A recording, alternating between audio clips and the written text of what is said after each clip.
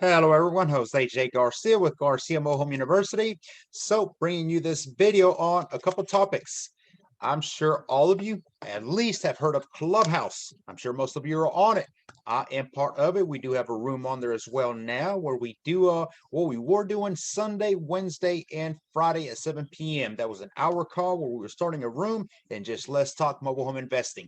We had a different topic every call and some people coming in, guests, including my mentor, Frank McKinney. And that's going to continue. But now that we have an actual room, we're going to see about trying to do maybe one more day throughout the week. So give us suggestions. Let us know about what better time works for everyone. We've noticed that on Sunday and Wednesday, 7 p.m. tends to work better. I think more people on it. But when it comes to Friday, it's TGIF, I guess. I don't know. But you will find me clubbing on Clubhouse, not on a club.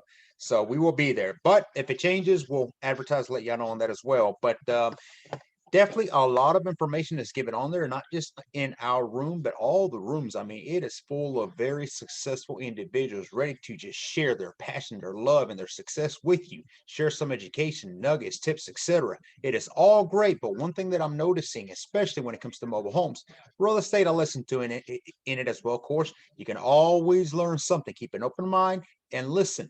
So I do join other clubhouse rooms as well, and even if it is just real estate, commercial, whatever, always something I can whether I can pick up from or I can share on there. So those are the reasons that I get on there. But a couple things that stuck out to me that I've noticed is some of these investors were talking about was putting deals in a hurry. That was one of them. Immediately threw a red flag at me, and I figured, okay, I want to discuss on some of that, and then giving too much information out of your deal. So here's the issue with two of those that I notice and I see. Okay. So putting a deal in a hurry, what does that mean exactly? Rush, hurry up, put it on the deal in a contract so before anybody else gets it. Okay. But here's the thing with that is there is a due diligence. And if you've heard my podcast, if you've taken my education, you realize that is one thing that I constantly cannot stress enough is doing a thorough due diligence. Okay. There's one reason why people would suggest, and I'm not calling anybody out, but one reason why people would suggest hurry, hurry, hurry. My question for that, for one, would be what is the insecurity? Why are you in such a hurry? And the reason behind that is that most times than not, people like this think there's a drought coming. Think this, okay, get all the deals that you can while you can because there's not going to be any more available. Wrong, incorrect. There's deals everywhere. We've shown you that. We coach you, we educate you, all the above, so that we teach you how to find off market deals, which are the best deals anyway. But to have this mentality to just hurry, hurry, hurry. Here's what happens when you hurry, hurry, hurry. You you don't do a thorough due diligence like you're supposed to. Most likely, you're probably going to offer more than you should because you're just trying to lock up that contract. So you're willing to ease off the negotiation, which is never what you should do. You stick to the numbers. And again, part of the due diligence is you have to know your markets. Have you done your research? Now, granted, if you're in a market that you should be mastering, I'll always say, okay, depends on where you're at. Pick a radius around that city, county, wherever you're at, and start growing out as you're growing, right? So if you're in, let's just say downtown Atlanta, Georgia, which that's not the background, that's New York City, by the way. I would pick 20 miles, 30 miles, 40 miles, and then slowly start graduating. But what you're doing is you're mastering this one market so that you know all these numbers. So when you talk about, let's just say east of Atlanta, where I'm at, okay, what is the lot rent in the area? 350, 400. Okay. What is the market rentals? 750, 800. You see how quick that is. The reason that that happens is because I've mastered that market, and you should do too. So when you think about, I want to invest here and there and over, you can do all the above just fine, but you have to study the market. So when you're rushing, in this case, if I were to speed up my process in this area, I know all these numbers. So part of the due diligence is already pre-done for me. Okay. Along with that, would you be able to get a handyman if you needed? My answer, yes, I would. I already have some context there. Okay. What about the holding? What about insurance in this area? So all these questions starts to pop up.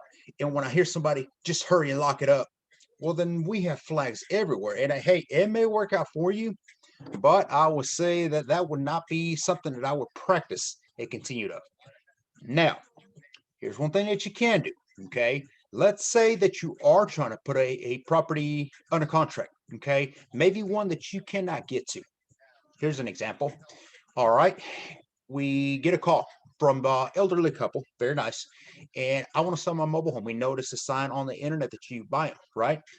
Absolutely. Lovely. Conversation's going great. As we start asking questions, the typical traditional, what's the year, make, model, condition, location. At one point, I'm going to get to, do you have pictures? Because I want to hear what they have to say, right? Okay. What is the condition of the home? I ask that because I want to know, even though I don't really believe that. I have to see it for myself. But these are part of process questions that you're asking. Okay. So along with that, okay, any immediate repairs, any maintenance that you would say needs right away? Nope, none. Red flag. Again. Now, could you send me some pictures by chance? I cannot get to you till probably the end of next week. Now, as an investor, now you know that by the end of the next week, somebody's going to get to it. So there you go. Now, this is why a little bit of pressuring the hurry system would come into, but not rushing, not hurrying overs. Okay. No. Elderly couple, they don't really know how to work a phone. Nothing against that. But they cannot get you pictures, and they have nobody else can. The only way that they're going to get you pictures is if you come out and get them yourself, or you get somebody out there to do it for you. Okay. So in this instance, then what do? Because you can't really make an offer. I mean, you can, but you would be sight unseen making offers. All you know is the information that you've been given, but you don't know what it actually looks like, right? So what I would do in something like that is I would go in and put it on a contract. But as one of the, and I don't know what contract you use, but under in there some of the clause, I would put offer stands upon physical review of home or something. It's different words. I'm just making an example on that. But these are ways that you can make sure that you're saving yourself on one end, but at the same time, you're locking the deal. It's like a win-win situation. When you do get out to the property, then okay, now we've seen it.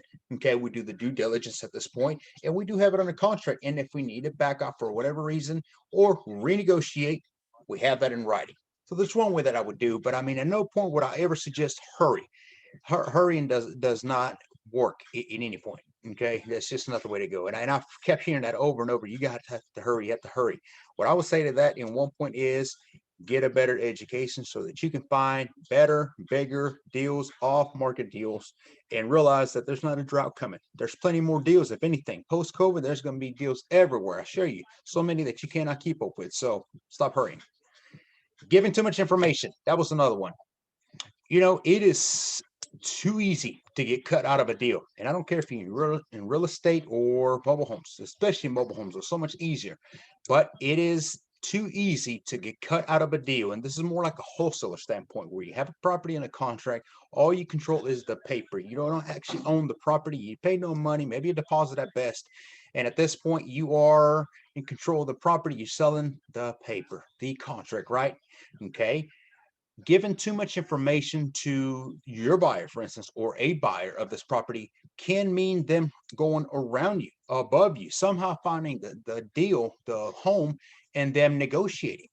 And I mean, this happens broad daylight.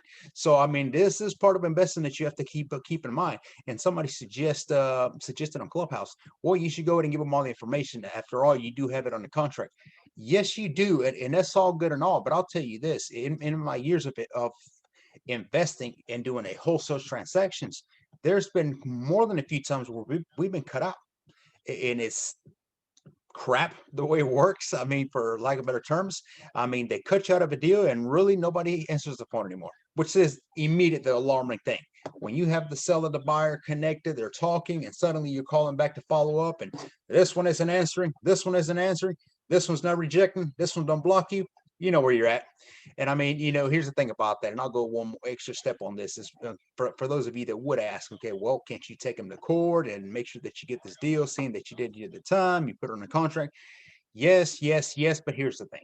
Okay, and again, this is from mobile homes now because I know in real estate, I think you can put liens on it. You can liens on the actual deed title. I'm not sure, but in mobile homes, I mean, you do this contract, A to B, and I'm talking wholesale directly right now, A to B. Okay, and the A, which is your seller, decides to go directly with your buyer now, and they put you out. So they didn't abide by the contract.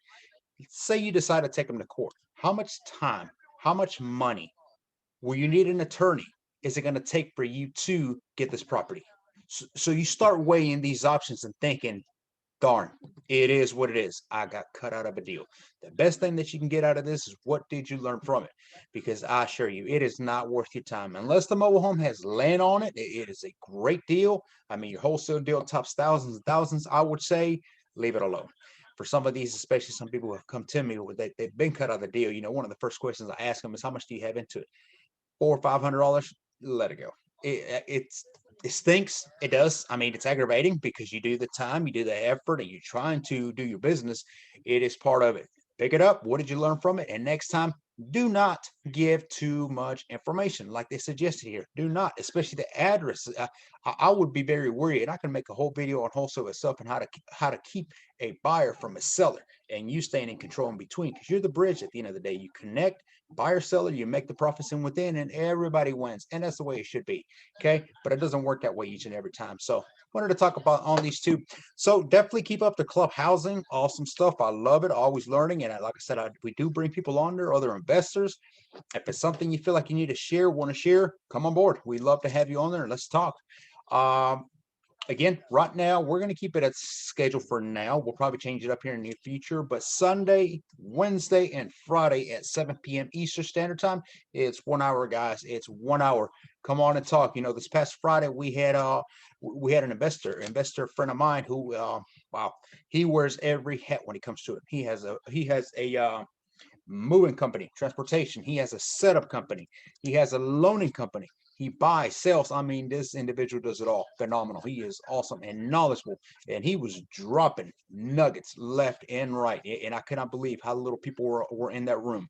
So, yeah, definitely come and join us on there. You'll see it on our social media. If you visit GarciaMHU.com, you'll see on the top right, there's links to all of our media. It's Instagram, Facebook, Twitter.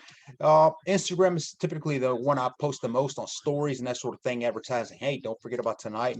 Come join us on our I'm sorry, I got shadow on my mind. Shadow event is coming up. We'll talk about that on another video, but I have it in my mind because it is coming up. I'm tuning up. I'm getting ready. I am ready. So I hope to see a lot of people there for sure. That's in less than a week coming up. But yeah, go on there, check it out, and I hope to see you there. Till next time, thank you for watching.